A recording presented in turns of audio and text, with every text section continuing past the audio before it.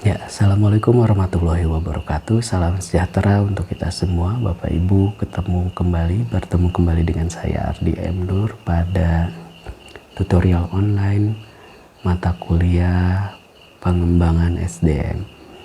Jadi, pengembangan SDM ini merupakan seri advance dari manajemen SDM ya, sehingga akan terkait kembali dengan manajemen itu sendiri. Nah, pada pekan pertama ini, Bapak Ibu akan belajar tentang konsep gagasan dan teori PSDM, serta disiplin bidang profesi pengembangan SDM. Nah, ini teori-teori ini akan banyak, tapi ini saya akan sedikit memberikan satu pengayaan tentang bagaimana mengembangkan SDM. Ada satu teori tentang tentang konsep hidup.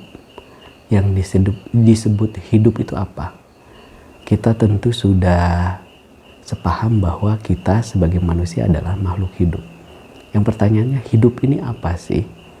Nah, dalam terminologi Islam ada salah satu ulama yang menyebutkan bahwa hidup ini terdiri atas 3 hal. Yang pertama adalah bergetar, kemudian bergerak, kemudian tahu. Nah, dari 3 hal inilah yang menjadikan dasar pengembangan SDM ini. Kemana pengembangan SDM ini? Pertama, bergetar. Bergetar itu apa? Bergetar itu adalah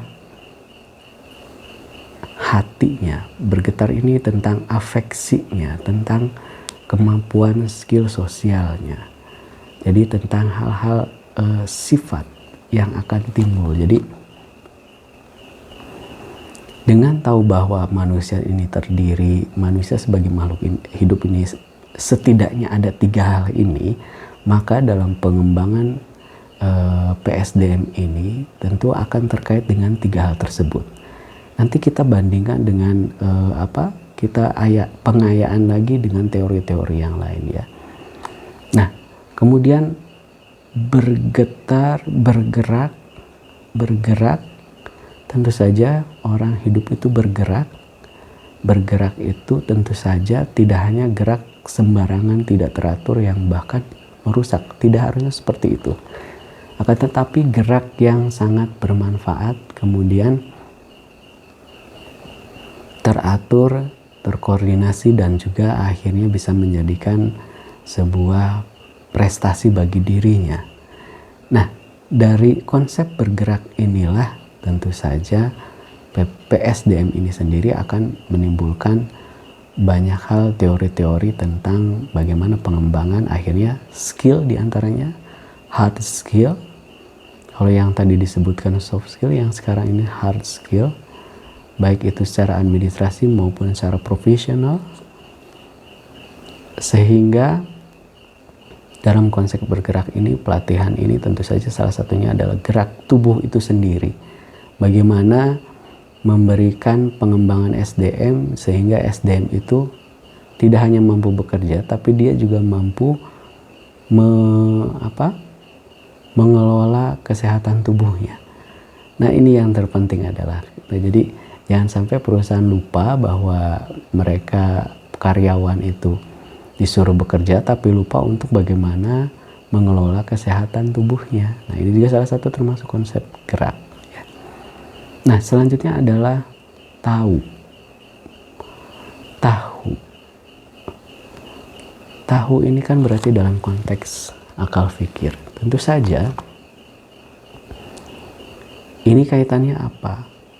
Tentu saja apabila orang berpengetahuan, orang yang tahu akan berbeda geraknya dengan orang yang tidak tahu. Nah, inilah pentingnya bahwa memberikan pengetahuan yang diharapkan menjadi ilmu bagi pegawai-pegawai yang ada dalam suatu organisasi merupakan tugas dari pengembangan SDM ini. Akan tetapi perlu diukur. Nanti akhirnya dalam PSDM ini diperlukan evaluasi dulu, pada tahap awal itu adalah mengumpulkan informasi pengetahuan apa yang diperlukan. Gini ya. Jadi tadi bergetar, bergerak, dan tahu. Nah, biasanya selain di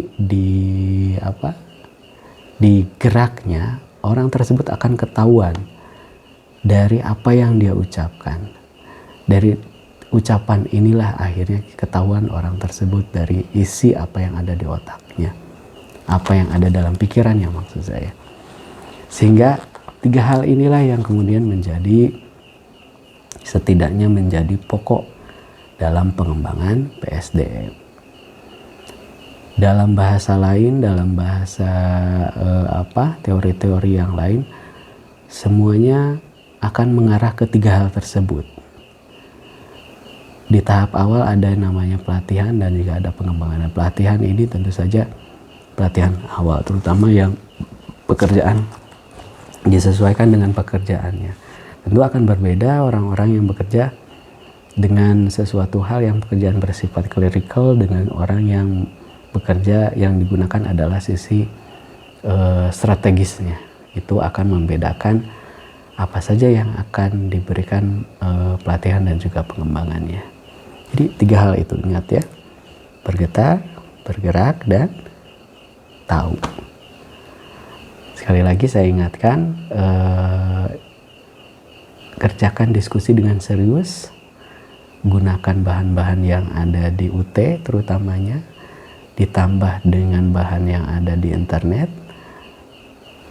kemudian jelaskan dengan bahasa Bapak Ibu sendiri dan juga berikan contoh-contohnya. Itu yang akan memberikan nilai tambah pada nilai diskusi maupun tugas Bapak Ibu. No plagiarisme. Jadi hindari plagiat.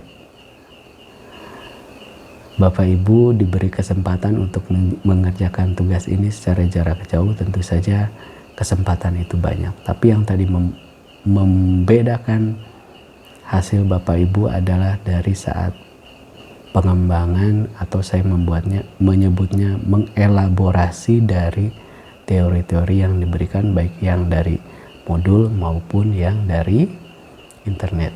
Terima kasih. Assalamualaikum warahmatullahi wabarakatuh. Salam sejahtera untuk kita semua.